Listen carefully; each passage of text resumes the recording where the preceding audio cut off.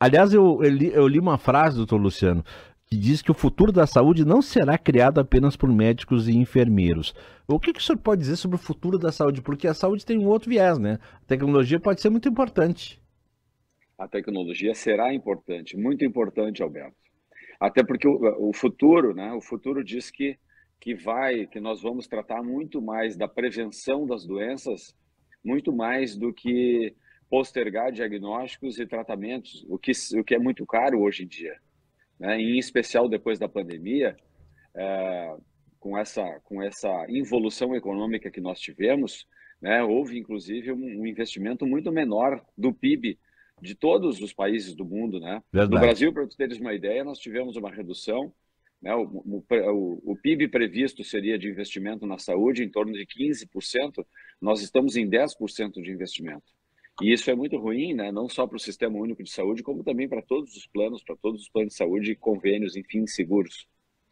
Claro. Então, O que esperar da tecnologia na saúde para o futuro? Porque como ela vai contribuir para um avanço na área da saúde? Porque assim, a gente observou isso mais em detalhes no período da pandemia, né? Assim, como faltava tecnologia para lidar com essa epidemia. E agora parece que as coisas, bom, vamos evoluir nessa área tecnológica, porque a coisa foi feia ali naquele período de epidemia. Não sei se o senhor concorda com isso. concordo plenamente. Sim, a tecnologia, ela sem dúvida, ela virá a nos ajudar, né? A tecnologia, desde os diagnósticos até mesmo o robô para desenvolvimento de cirurgias que dependem de movimentos mais finos, né? De maior segurança em termos de cirurgia, aumentando o resultado da cirurgia. Mas infelizmente não é um acesso fácil hoje, né? Uma fatia muito pequena da população tem acesso à tecnologia, né, de ponta, né, que eu diria que estão nos grandes centros, né? E grandes centros eu não digo que Caxias não seja, Caxias já é um grande centro. Sim. Nós ainda não temos a realidade da robótica, mas se nós atravessarmos a rua e formos a Porto Alegre, nós temos 4, 5 robôs funcionando. Se nós formos a São Paulo, né, nós temos 9, 10, 11, 12 robôs, mas é inevitável, né, que essa tecnologia vai avançar, né? A tecnologia de ponta no sentido dos diagnósticos, a imaginologia, né? O alcance de algoritmos para realizar diagnósticos, né? Através de informações, de pequenos dados, né? O paciente vai informar grande parte dos seus sintomas e os algoritmos eles vão se juntando e eles vão dando as principais chances diagnósticas para que esse paciente realmente tenha de forma mais segura não só o diagnóstico, como o seu tratamento. Mas eu penso, Na sua área de atuação, doutor Luciano Neto, que a gente conhece, doutor Luciano Neto Santos, que a gente conhece muito bem, o seu trabalho é um trabalho incrível e as pessoas lhe elogiam muito pelo seu trabalho. No que evoluiu? A gente falou do trabalho da cirurgia bariátrica, da orientação que o senhor dá para a saúde. No que evoluiu na área de tecnologia, nas conferências, nos cursos que o senhor participa? O que se fala a respeito disso? a evolução nos devices é uma terminologia em inglês que quer dizer instrumental, aparelhos, né? Então, os instrumentos hoje, eles têm um nível de segurança muito grande. Quando nós falamos de grampeadores, como nós falamos de pinças, né? O instrumental em geral, os geradores de energia, hoje nós trabalhamos com pinça de energia que não emitem mais calor, não emitem mais aquela a energia eletromagnética que machuca, que dói o paciente, né? Causa dor no paciente. Hoje, nós usamos ultrassom, são mecanismos que atuam com 65 mil movimentos por segundo, causando seladura dos vasos por ultrassom. Então, isso, 60. Como é que é? 65 mil movimentos por segundo, Meu Deus. né? É impossível quase de se calcular, mas enfim, é um movimento tão grande de ultrassom que ele acaba selando os vasos, ou seja, cauterizando os vasos sem calor, então sem dor. Né? Os grampeadores hoje são muito seguros, né, para fazer grampeamentos de estômago, de intestino, para fazer as derivações, as anastomoses, que são as emendas do estômago com o intestino, do intestino com o intestino, com linhas de sutura muito firmes, muito resistentes e que praticamente hoje reduzem a 0,1, 0,2 a chance de complicações. Nós falávamos há 10, 15, 20 anos atrás, no índice de complicação numa cirurgia bariátrica, por exemplo, em torno de 10, 20%. Hoje isso resumiu a 0,1%. Então a chance de complicação ela é muito pequena, mesmo em se tratando de pacientes muito complexos, pacientes que têm doenças associadas muito graves, hipertensão, diabetes, apneia do sono, gordura no fígado, colesterol alto, triglicerídeos, tá? Enfim, outras doenças que são pacientes que são doenças que incapacitam esses indivíduos, na grande maioria das vezes.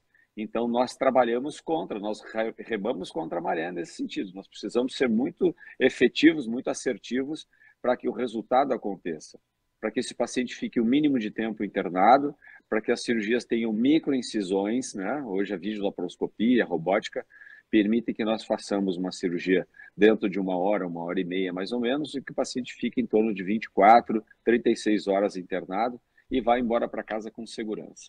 E por trás dessa robótica tem o ser humano, né? Um médico que precisa saber disso, né? Operar. Não, o robô não trabalha sozinho. Ele trabalha com um cockpit ao lado, né? Na mesa ao lado, onde o médico deposita ali o seu olhar, né? O seu campo visual, e vai simulando os movimentos, e o robô simplesmente vai imitando o movimento do cirurgião. Só que quando o robô faz o movimento, ele faz de forma muito mais minuciosa, muito mais delicada, né? E mesmo que nós trabalhemos no dia a dia com movimentos muito delicados, muito precisos, né? Cirurgias hoje com quase zero de risco de sangramento, né? Quase zero de risco de complicações, outras no intraoperatório, até mesmo no pós-operatório. Claro. A gente fala em robótica, impressão 3D, inteligência artificial, internet das coisas, tudo isso tem se falado muito assim em cirurgias em áreas como o senhor trabalha. Mas também tem a questão do SUS, né? Que é importante, mas que não tem toda essa tecnologia, né? Sim, não tem essa tecnologia.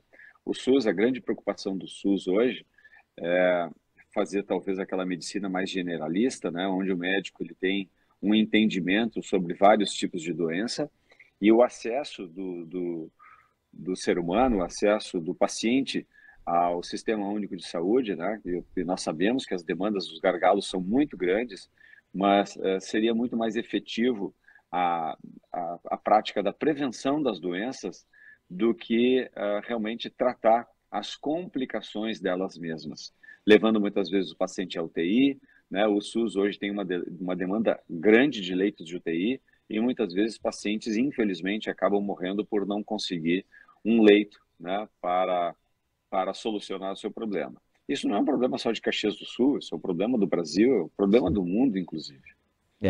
Mas falando de Caxias do Sul e conversando, porque eu sou do Conselho de Saúde aqui da região do Cinquentenário, São Peregrino, Tijuca, bairro Tijuca, Rio Branco, a gente ouve muitas...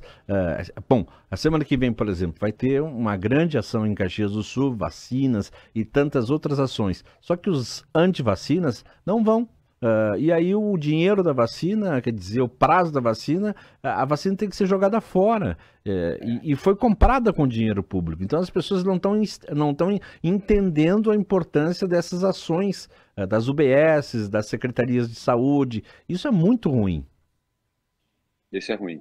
É ruim porque, na verdade, é um elo de ligação onde uma mão se engata na outra. E todos juntos, eu acho que precisamos, né, cada um fazendo um pouquinho, cada um doando um pouquinho de si para que nós possamos solucionar, né, e se não solucionar, pelo menos evitar a maior complexidade no que se fala de prevenção de doenças que realmente são preveníveis, as campanhas de imunização, o ajuste, né, na questão do investimento ou do reinvestimento financeiro por parte das operadoras, seja ela municipal, seja ela estadual, seja ela federal, e realmente o investimento naquilo para que é destinado essa quantidade financeira para aportar e dar o direito aos pacientes, aos seres humanos, a terem uma melhor qualidade de vida. Agora, doutor Luciano Neto Santos, que está conversando com a gente agora, eu não sei o nome do remédio, a Margot não descobriu, a gente está aqui sem, a gente não entende disso, mas a gente tentou pesquisar. Mas tem medicamentos, surgiu aí, últimas informações, medicamentos emagrecedores que estão sendo hiper procurados, hiper comprados e com aprovação da Anvisa. O que o senhor pode falar sobre isso? Sim, é outra realidade, enfim, é uma possibilidade que está aberta a uma pequena fatia da população, porque nós estamos falando de medicamentos que custam em torno de 500, 600, 700 reais ao mês, né? Para uso, seja uma vez por semana ou diariamente, né? São medicamentos injetáveis de uso no subcutâneo, logo abaixo da pele, e que propõem, na verdade, uma redução, né? Um aumento da saciedade e uma diminuição da fome, uma diminuição da vontade de comer.